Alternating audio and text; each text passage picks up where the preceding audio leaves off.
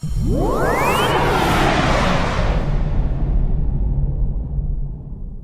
gaan nou gesels oor jou gesondheid. Want jy was baie siek geweest. Yep, Ja. that's a way of putting it. But now I'm a lot better. Verduidelik gou vir die luisteraars presies wat dit was.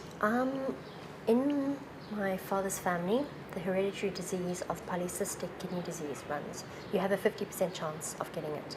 My father died when I was a student, waiting for a kidney transplant from the disease. And I, luck of the draw, got it.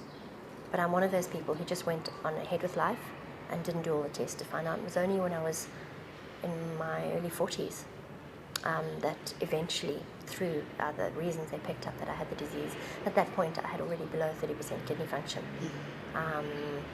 And slowly that deteriorates. And I had the transplant, very fortunate enough to get a donor and had the transplant about 10 months ago. Want het jy nie die nier gekry nie, sou jy dood gegaan het. Eventually you do. I mean, I was on dialysis with a pipe coming out of my chest for 10 months. I was very fortunate to be able to go into dialysis. One had, the medical backup to do it. Many people don't. The waiting lists for organ transplant in this country are scary. They're scary. So inevitably you can live on dialysis for a number of years, but it's not the way your body's designed to work. So organ damage occurs. Other organs kind of take strain. You're not a swimming pool. It's not like you're going to have the filter cleaned every 2 or 3 days. But it was a way of staying alive. Yeah. Jy het ook gesê dis belangrik vir jou dat ons hieroor gesels, omdat jy mense wil bewus maak van hoe belangrik dit is om 'n orgaanskenker te word. Exactly. One of the biggest problems in this country is the shortage of donors. We have waiting lists not just for kidneys across the board, whether it's heart or cornea or a number of organs. But unfortunately, mainly through education and also some cultural reasons, there's not a large donor population. I know the Organ Donor Foundation does amazing work trying to raise awareness. But if everyone would just think about it and take into consideration that it's something that occurs after you die, it's not like you're going to use your body afterwards. And if it can make a difference to so many other people, it does absolutely no harm to just sign a bit of paper and you can potentially change so many people's lives. I was very fortunate. I was incredibly lucky to have a living donor, a friend, who after a number of attempts to find good matches, and I'd kind of given up and was planning to go and do the transplant overseas. The gallery did a number of auctions to raise money, to raise the funds to go and do the transplant in the United States. And then after that, there was another friend who just happened to be a closer match. I was incredibly lucky to get that transplant. Without it, and if I had not had the funds, it's, as I say, my father died waiting for a kidney, so I'm very aware of the reality of this. Het dit 'n invloed gehad op jou werk? Moes seker gehad het.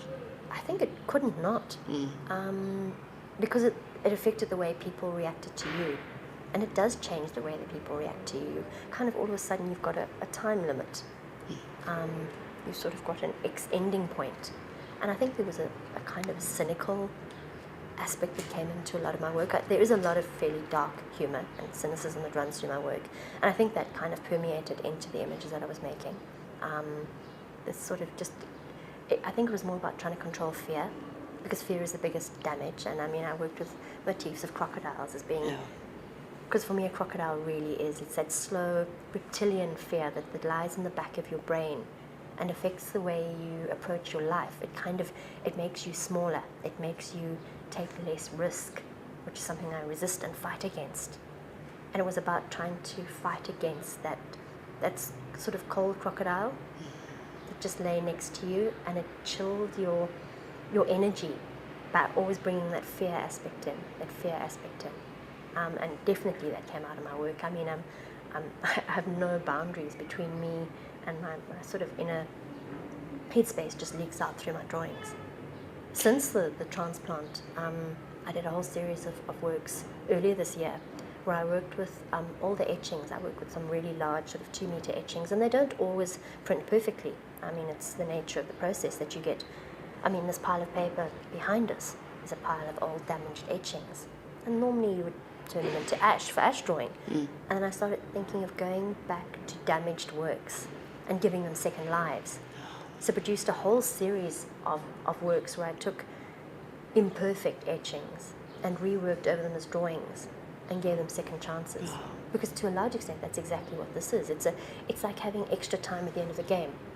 And you have no idea how long. I mean, organ transplants can be very successful and they can also not last that long. But it's this little bit of extra time.